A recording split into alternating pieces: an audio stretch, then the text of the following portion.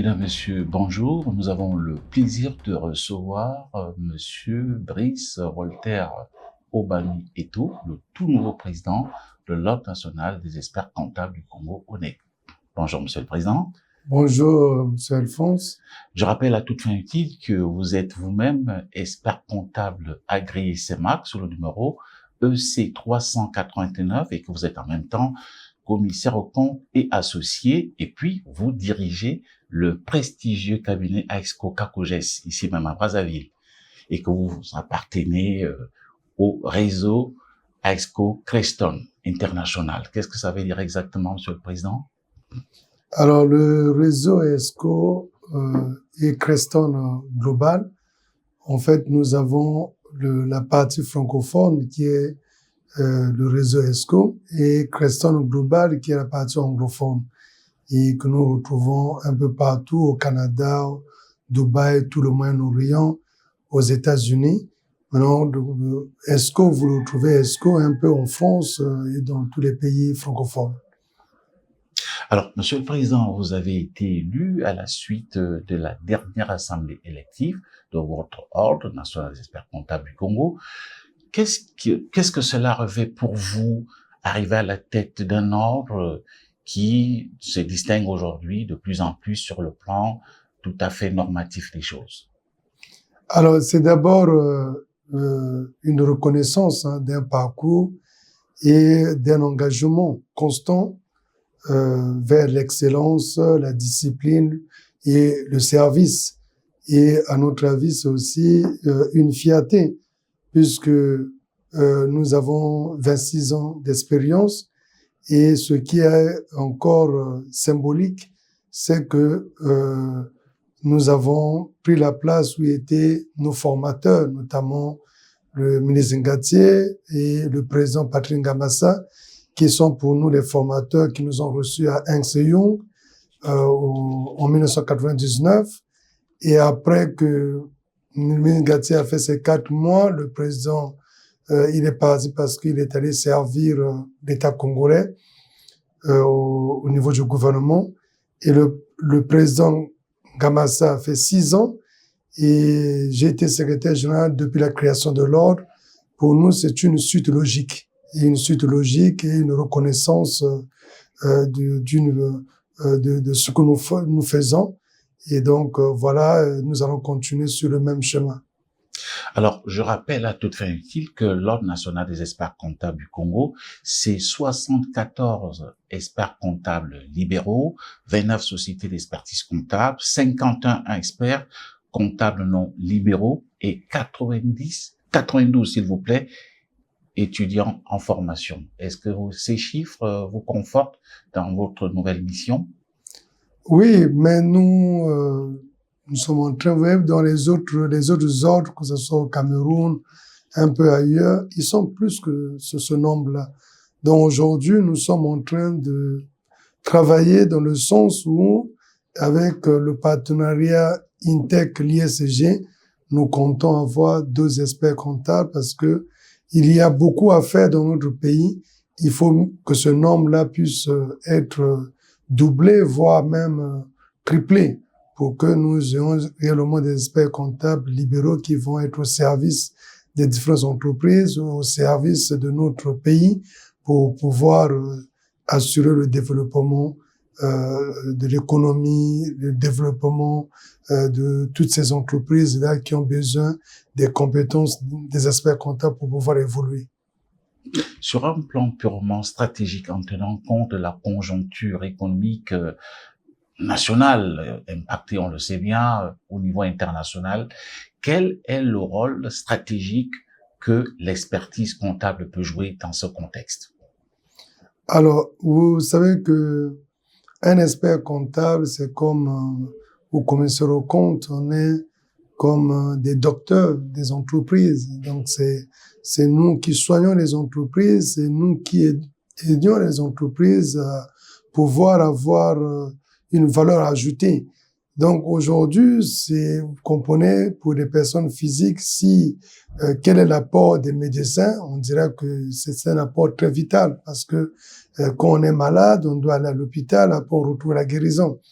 Mais les sociétés, les administrations publiques, les entités, les EPIC, les EPA ont plusieurs maladies. Et ces maladies appellent à des docteurs que nous sommes des experts comptables qui ont, avec nos compétences, et nous pouvons réellement aider ces entreprises à pouvoir évoluer, à se développer. Donc, notre pays, pour qu'on arrive réellement à l'émergence et pour que nous atteignions les objectifs qui sont liés au développement économique, le développement financier, on a besoin des experts comptables qui sont là, qui travaillent pour pouvoir accompagner. Je sors là, exemple, d'une réunion avec un client, une banque de la place, mais quel est le rôle? Notre rôle, c'est de travailler, c'est d'apporter de la valeur ajoutée, c'est d'emmener ces banques, ces entreprises à pouvoir réellement atteindre les objectifs qui sont tracés dans les différents, dans leur plan de développement stratégique. Et donc, l'expert comptable est là pour les accompagner et apporter une certaine valeur ajoutée. Et dans une dimension un peu plus vaste en ce qui concerne l'État lui-même, notamment dans le cadre de la transparence et de l'assainissement des finances publiques, est-ce que l'ONEC a un rôle à jouer là-dessus, Monsieur le Président? Oui, vous savez que lors des experts comptables, nous agissons aussi comme étant régulateurs, bien que nous avons la CEMAC à notre tête, mais avoir un ordre dans un pays, c'est un point très très important. Donc depuis décembre 2019, avec la mise en place de l'ordre, la loi elle date un peu d'un temps, mais l'ordre n'a été mis en place qu'en décembre 2019 et c'est une manière d'abord parce que vous voyez, il y a plusieurs cabinets qui évoluent de façon illégale. Or, des cabinets qui évoluent de façon illégale, qu'est-ce que ces cabinets apportent aux entreprises? Nous allons y revenir, Monsieur le Président. Nous avons le système économique est fermé. Donc, il faut, si aujourd'hui un expert comptable valide un bilan qui est un bilan faux, et avec ce même bilan, on peut aller prendre du crédit. Et après, on prend du crédit, comme c'était un bilan faux, on ne serait pas en même de pouvoir rembourser ce crédit-là. Et quand on ne rembourse pas les crédits, ça emmène les banques à passer des provisions, ça emmène les banques à la cessation de paiement, aux liquidations, et tout ça a un plan, a un effet sur le développement d'un pays. Nous le disons toujours que l'émergence ne se décrète pas, mais l'émergence repose sur des piliers.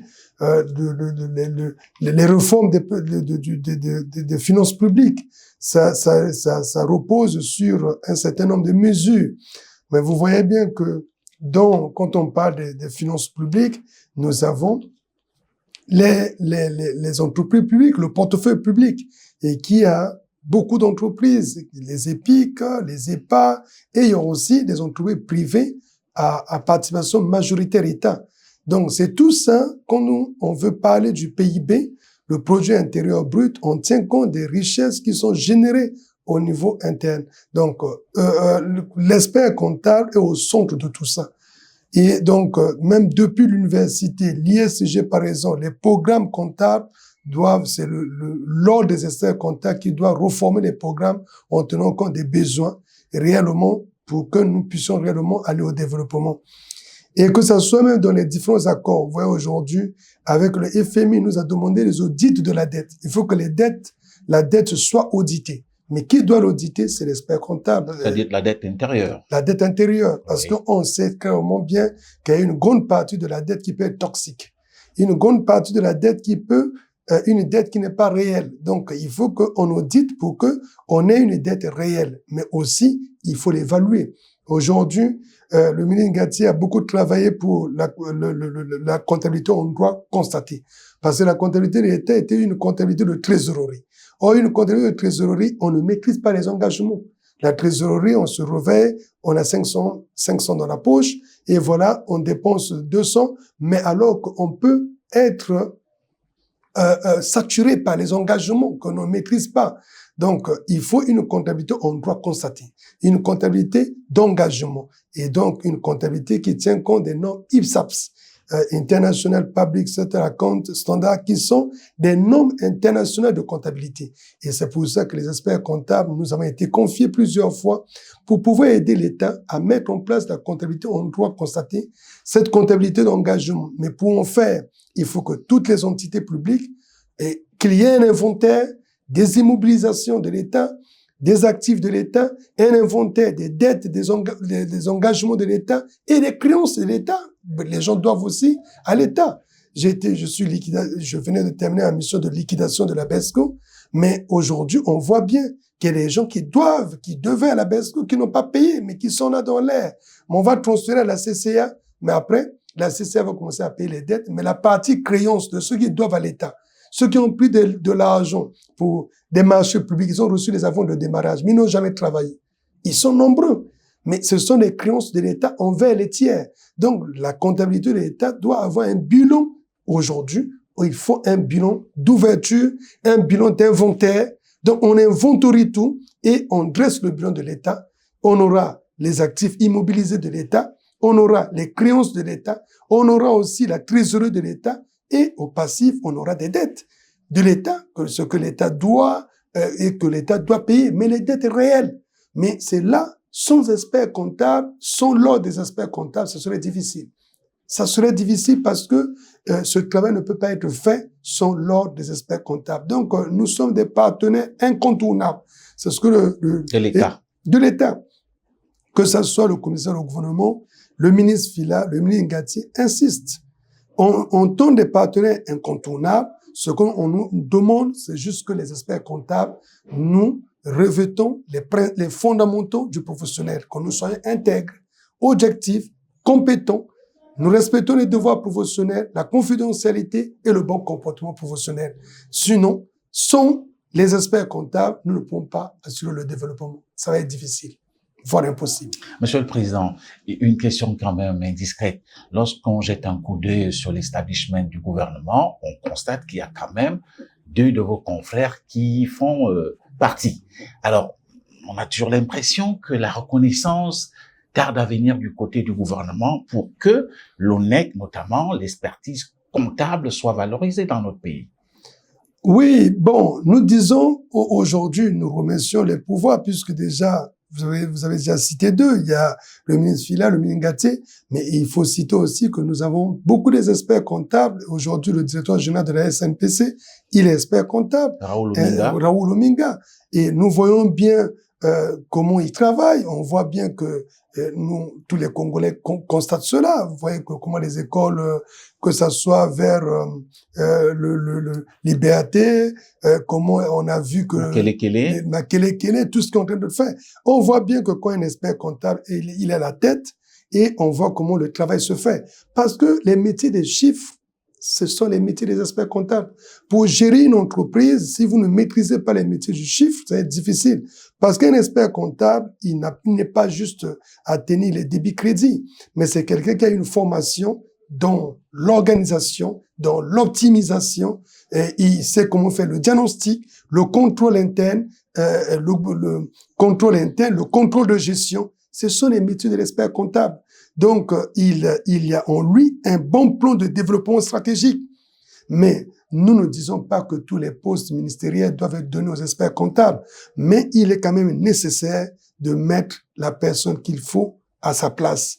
Parce que vous savez que ça soit n'importe quel poste ministériel, appelle au management, appelle à la gestion financière, appelle à la gestion économique, voire de façon micro ou macro. Mais l'expert comptable est au centre de tout ça.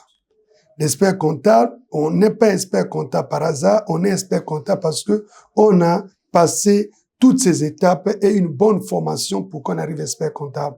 Donc, comparez vous-même, vous allez voir que quand on laisse aux experts comptables ou quand on les consulte, on est bien orienté. C'est pourquoi les dispositions du droit de société commerciale et du JE de l'acte uniforme OHADA obligent à chaque société d'avoir un CAC, un commissaire aux comptes, et les grandes sociétés d'avoir 2 CAC, parce que l'expert comptable est là, c'est comme une famille sans médecin, c'est difficile. Ou une famille qui ne va jamais à l'hôpital, ouais. La mort va intervenir très très vite. Alors, Parmi les défis que vous êtes amenés à relever sous votre mandature figure notamment l'adhésion à l'IFAC, c'est-à-dire International Federation Account. Mais entre-temps, un travail a quand même été entrepris par vos prédécesseurs, qu'il s'agisse du ministre Ludovic Ngatier ou même de Michel Patrick Ngamassa. Des partenaires ont été noués pour que vous soyez reconnus au niveau de la PAFA, c'est-à-dire Pan-African Account, et puis en même temps au niveau de la FIDEF, Fédération internationale des experts comptables francophones. Là, aujourd'hui, il y a une mission cardinale, c'est de vous inscrire dans cette dynamique de continuité pour que l'adhésion à l'IFAC devienne effective. Elle est déjà, mais il faut qu'elle soit justement pleine. Est-ce que comment allez-vous y prendre, Monsieur le Président? Oui, mais parce que ce que vous dites est réel. Nous, déjà, l'avantage, c'est qu'on est secrétaire général de l'ordre depuis la création. Donc, tous ces process, nous avons suivi de bout en bout. Et c'est pour ça que nous avons toujours, on continue à féliciter le ministre Ngati, qui était notre premier président, et le président Ngamassa, qui ont beaucoup travaillé, et l'ensemble du bureau du conseil, et qui est au front, qui continue à travailler. Vous voyez qu'en peu de temps, on est reconnu par la PAFA, la FIDEF. Aujourd'hui, on est à l'IFAC et on travaille avec la plupart des partenaires, la DDPI, qui est quand même une organisation des experts comptables au niveau de la France et qui gère tout ce qui est le département qui s'occupe de tout ce qui est formation et autres avec Géraldine. Et nous avons le secrétaire général actuel, nous l'avons mis, il est en contact permanent avec Géraldine. Vous avez vu le partenariat avec Intech, aujourd'hui avec Tonder et Hubert Tonder. Je venais d'être appelé par le président Migon. Et donc, l'ordre des experts comptables congolais aujourd'hui a des bons contacts, une très bonne reconnaissance internationale. Alors, en ce qui concerne l'IFAC, le dossier est très en cours. Plus tard, le 28 mai, là, on va commencer avec les différents échanges de façon orale.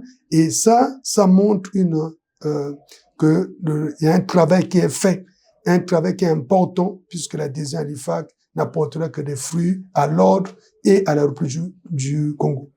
Alors, vous avez effleuré une question d'entrée de jeu, Monsieur le Président, dans justement le cadre du renforcement juridique.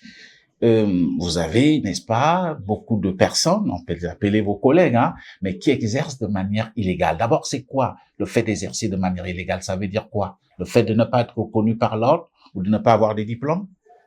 Alors, d'abord, vous savez qu'un ordre, nous avons des tests. Et c'est comme vous êtes journaliste. Pour que vous exercez, il y a des tests que vous devez respecter puisque il y a un conseil supérieur de la communication. Et puis, l'illégalité aussi tient du fait que on n'est pas conforme. C'est-à-dire que on n'est pas expert comptable, mais on bidouille des signatures. Il y en a qui prennent même des agréments qui ne sont pas leurs agréments. Ils commencent à travailler. Alors, nous demandons à tous les experts comptables qui ont des agréments CEMAC et qu'ils viennent vers l'ordre, ils vont s'inscrire à l'ordre parce que les dispositions sont claires. Les dispositions l'acte uniforme au HADA relatif aux droits des sociétés commerciales du jeu est très clair là-dessus. Quand vous voulez travailler en tant qu'expert comptable, il faut venir s'inscrire à l'ordre. Mais quand vous ne venez pas vous inscrire à l'ordre, vous ne pouvez pas exercer parce que vous n'avez pas la signature et donc, et c'est même difficile pour vous. Et puis, il y a le respect d'un certain nombre de conditions de forme, d'avoir votre assurance et d'avoir un siège pour ne pas être un expert comptable ambulant.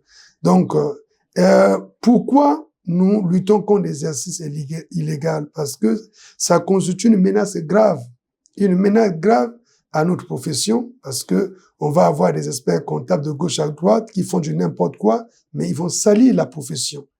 Et ils n'auront pas les principes d'un professionnel, comme je vous ai parlé de l'intégrité, l'objectivité. Et ils ne savent pas qu'un expert comptable, nous devons se former. L'expert comptable ne peut pas passer toute une année sans lire, parce que le métier évolue. Il faut apprendre tous les jours. Il faut actualiser les connaissances. Voilà, pour apporter aux clients la bonne valeur ajoutée et une bonne contribution technique. Mais sinon, on va apporter au client du n'importe quoi. Et tous ces bilans faux, ou tous ces états financiers, ou les écritures comptables erronées, parce que même pour aller prendre un crédit en banque, on a besoin d'une évaluation, que votre comptabilité soit réellement arrêtée. Ou on a besoin d'une évaluation, d'avoir une comptabilité réelle. Mais si le bilan est faux, vous allez tromper tout le monde. Et les banques, les gestionnaires des banques vont dire que moi, il y avait le cachet d'un expert comptable alors que tout est faux. Mais quand c'est faux, on vous donne de l'argent, mais demain, c'est la crise. Donc, vous vous rendez compte que les maux dont souffrent plusieurs entreprises, c'est dû aussi à ces experts comptables illégaux.